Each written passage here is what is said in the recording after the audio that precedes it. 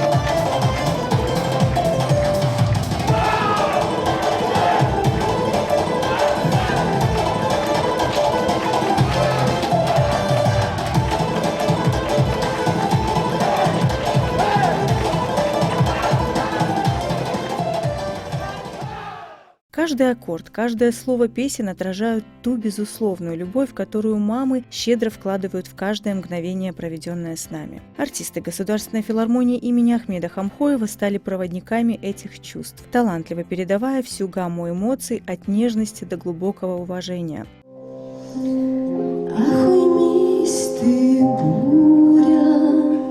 Не шумите,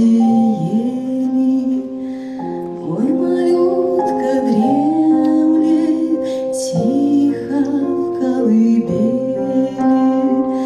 Ты гроза шальная, не буди ребенка. Пролетайте тучи черные сторонкой. Зрители, не скрывая слез радости, погружались в воспоминания о счастливых моментах, связанных с мамами и с детством. Зал наполнился трепетом, когда звучали песни о заботе и надежде, о том, как важно чувствовать поддержку родного человека. Каждая композиция стала настоящим подарком для всех мам. Слова и мелодии поднимали их на пьедестал, где они заслуженно могут чувствовать себя героями. Знаете, я хочу сказать, вот мы ингуши, да, нам несуще проявлять свою любовь. Мы, к сожалению, это мало говорим своим мамам, родным, вообще близким. А сегодня у артистов Государственной филармонии есть возможность своим творчеством сказать большое спасибо и признаться любви за их заботу, за их тепло, за все, что они для нас делают. И сегодня вот этот праздничный концерт мы посвящаем всем матерям нашей страны и нашей Ингушетии. Я сама мама 3 детей. Сложно ли быть мамой? Хорошей мамой быть, наверное, сложно. Вот. А когда ты уже получаешь благодарность от своих детей, уже как-то становится легче. Я от всей души поздравляю всех мам, желаю всем огромного счастья, благополучия, здоровья, самое главное. Своей маме желаю долголетия. И Этот концерт стал не просто музыкальным событием, но и настоящим праздником, объединяющим поколения и наполняющим души благодарностью. Все присутствующие покинули зал с чувством единства и надежды, обещанием беречь и ценить своих матерей каждый день, а не только по особым праздникам. Испытание временем в Государственном историко-художественном и литературном музее-заповеднике Абрамцево, расположенном в Московской области, прошла выставка, на которой была представлена культура нашего региона. Она была приурочена ко Дню народного единства и столетию со дня образования ингушской государственности. На выставке было представлено более 50 произведений изобразительного и прикладного искусства из коллекции мемориального комплекса жертвам репрессий и Государственного музея изобразительных искусств Республики Ингушетия, а также картины из частных коллекций таких художников, как Аюб Цуроев, Ашат Даурбекова и Игорь Хоронько. Гостям выставки открылись двери в мир великолепия национальных костюмов, живописных видов горной Ингушетии, а также увлекательного народного промысла войлочного ковроделия, подчеркнувшего разнообразие и красоту традиционного ингушского наследия. Эта выставка, несомненно, создала мост между прошлым и настоящим, вплетая в современность нити исторической памяти. Выставка «Ингушский национальный костюм. Возрождение традиций» в Санкт-Петербурге стала значимым событием, объединяющим культурные ценности и художественные достижения нашего народа в рамках празднования столетия со дня образования ингушской государственности. Выставка уже не нуждается в нескольких словах, вы все сами увидели. Это наша история, наша культура, наши традиции, наш образ жизни испокон веков. Это не сегодня создавалось, не вчера. Это нам передавалось от предков к предкам, по крови. В Доме национальности на Маховой самобытные произведения, созданные 20 талантливыми художниками и мастерами, представили разнообразие ингушской культуры через живопись, графику и традиционные ремесла. Особое внимание привлекли мужские и женские ингушские национальные костюмы, воплощение не только моды, но и исторической идентичности. Декоративные панно, войлочные ковры ручной работы и авторские куклы в национальных нарядах создали атмосферу глубокой связи с традициями. На торжественном открытии звучали вдохновляющие речи почетных гостей, среди которых были представители культурных организаций и правительства города на Неве. Завершением выставки стало посещение военных врачей и участников специальной военной операции, что символизировало единение различных сфер общества в поисках поддержки и понимания. Это событие еще раз доказало важность сохранения культурного наследия для будущих поколений. Когда исполнительница по-настоящему чувствует и ощущает, о чем та или иная музыка, слова автоматически звучат правдиво и правильно, отмечала знаменитая Монсеррат Кабалье. И мне кажется, что ее мысли очень хорошо характеризуют пение нашей гости, солистки Государственной филармонии имени Ахмеда Хамхоева, Лолиты Хашигульковой. Здравствуй, Лолита. Здравствуй, Лиза. Я думаю, нашим зрителям будет очень интересно узнать, с чего начинался твой творческий музыкальный путь. У меня все началось еще с раннего детства. Я была совсем маленьким ребенком, когда начинала петь. Даже мама мне рассказывает, когда она укладывала меня спать, она напевала мне колыбельную, и я каким-то вот образом запомнила ее, эту колыбельную. Когда она уходила, я просыпалась и начинала ее петь, а она меня слушала. Будучи младенцем? Да, еще. совсем маленькой. Интересно. И мама говорит, что я ее настолько красиво пела, вот точь-в-точь, как она напевала мне. Попадала в ноту. Да. И вот с тех пор как-то все это, наверное, и началось. И по словам мамы, она уже была в курсе тогда, что знала, что меня ждет уже в будущем, как бы, чем я займусь. То есть дома уже знали, что растет певица? Да. Да. И вот потом уже школа, начались школьные мероприятия, конкурсы. Начала принимать участие в масштабных конкурсах, где присутствовали жюри. Я даже помню, Осман Имагожев как-то сидел в жюри, и он меня очень оценил, дал мне хорошую оценку, даже хотел к себе забрать. Но из-за того, что я училась в школе, у меня никак не получалось как-то к нему ходить. Все же я хотела этого. Но единственное, вот когда я начала уже расти, да, уже 8 класс, 9 класс, тогда я считала, что, как бы я не стремилась к этому. То есть... Это скорее было как увлечение, да, вот именно так. Не было стремления.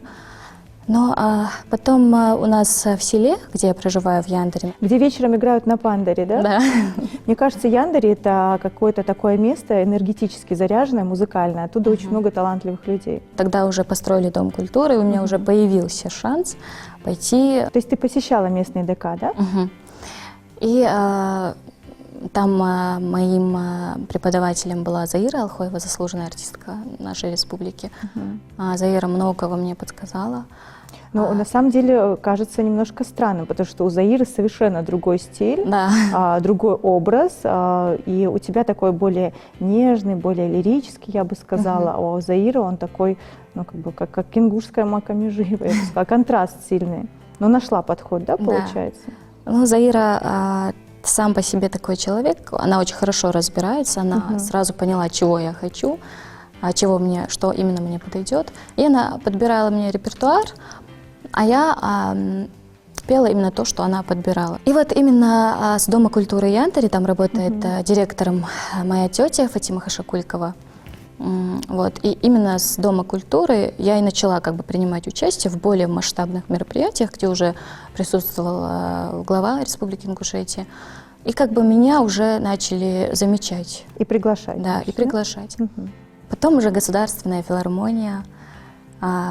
Тогда я уже, как бы, вот как я ранее говорила насчет стремлений, тогда этого не было, но потом, когда я уже начала понимать, насколько это ответственно, насколько это красиво даже работать в этой сфере. То есть увлечение уже плавно перешло в профессию, и ты осознала всю ответственность.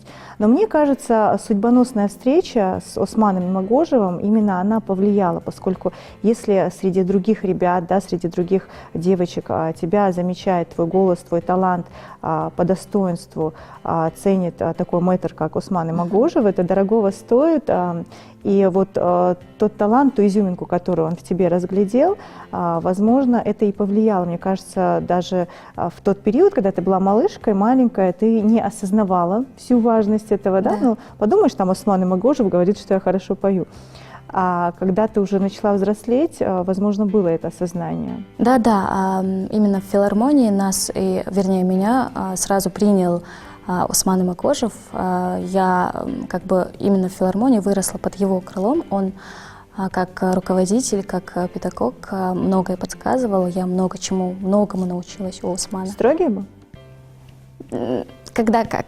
Мне кажется, иногда это необходимо, правда? Да, на чтобы самом вот не деле. расслабляться, Да, и чтобы да, как-то очень себя даже. дисциплинировать. То есть это не мешает. Да. Потом, вот если ты вначале можешь обидеться, потом через некоторое время осознаешь, что это было на пользу дела. Да. Лолит, твое творчество, оно неразрывно связано с ингушским фольклором. Это наше народное исполнение, это очень красиво, и это то, что тебе очень идет. А есть ли в планах как-то еще расширить свой диапазон? Мне кажется, твой голос, твой талант, он позволяет раскрыться разносторонне. Конечно, есть в планах. Помимо того, что я исполняю народные песни, я еще пробую себя и в других жанрах. Именно военная тематика. Вот я люблю вот прям про войну петь. Я не знаю почему. Вот 9 мая. В роль, концерт. наверное, Да. вживаешься, да, как-то через себя проносишь. Да, это очень важно для меня. Единственное, чего я не могу, это изучать английский язык, именно петь на английском языке или на французском. Там у меня никак не получается. Вот не могу я вот просто, я не знаю почему, но я пробовала. А русский язык, русские песни, ингушские песни, они более для меня как-то... Понятны больше и легче, Да. наверное, исполнять. Да. А бывает такое, что вот тебе предложили песню, но поскольку ты отметила, что тебе важно, вот тебе близка военная, да, какая-то патриотическая тематика, это говорит о том, что у тебя есть чувство эмпатии, да, ты как-то вживаешься в эту роль, сопереживаешь. А было такое, что ты, допустим, отказалась от той или иной композиции, потому что вот почувствовал, что это не мое, хотя песня хорошая? Нет, не было такого. Не Меня было? предлагали, конечно. Я в любом случае соглашалась, я старалась как-то это сделать.